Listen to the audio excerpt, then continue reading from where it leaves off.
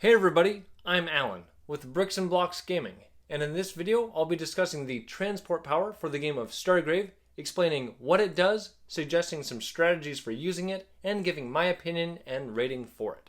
So let's get to the bricks and blocks of transport.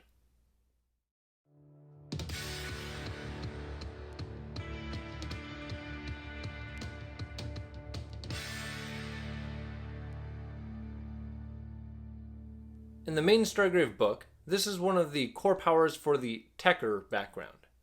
It has an activation number of 10, causes 1 point of strain damage when successfully used, and it's a line of sight power, but is limited to targeting a figure just 12 inches away. With this power, a commander can move any member of their crew, including themselves, up to 6 inches in any direction. However, the activating figure must maintain line of sight to the target for the entire length of the move. And if the target is carrying any loot tokens, those aren't moved with the figure. Rather, they're dropped where the target was originally standing. This power is similar to Lift.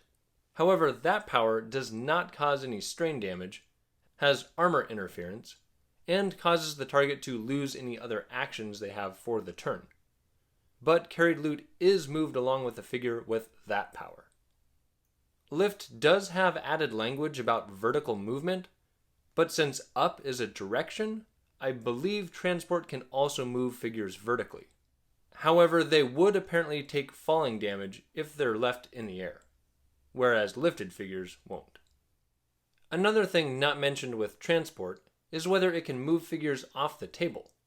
However, the author gave a ruling on the Frostgrave Facebook group that since a transported figure must stay within line of sight of the activator, and off the table is not considered within line of sight, this power cannot move figures off the table.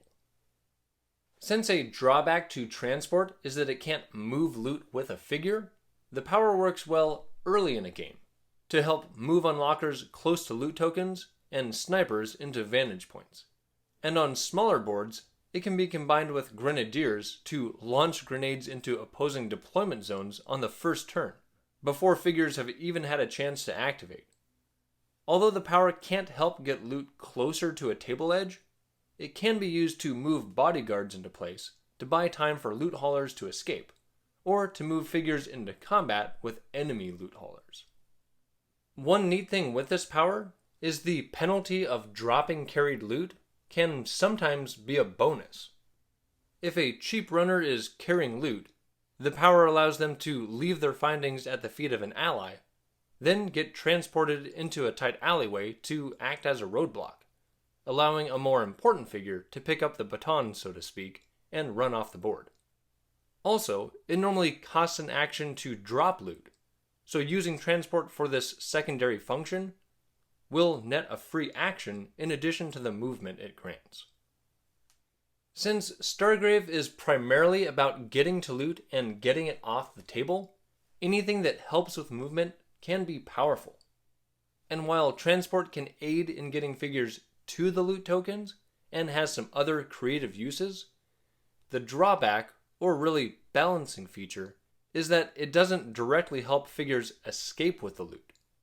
So I give transport 4 out of 5 stars, as it's a solid power for any crew to have to aid with their team's overall mobility. Be sure to check out my other Stargrave content and let me know in the comments your thoughts about the transport power and whether you agree or disagree with my assessment. I'm Alan with Bricks and Blocks Gaming. Thanks for watching and play well.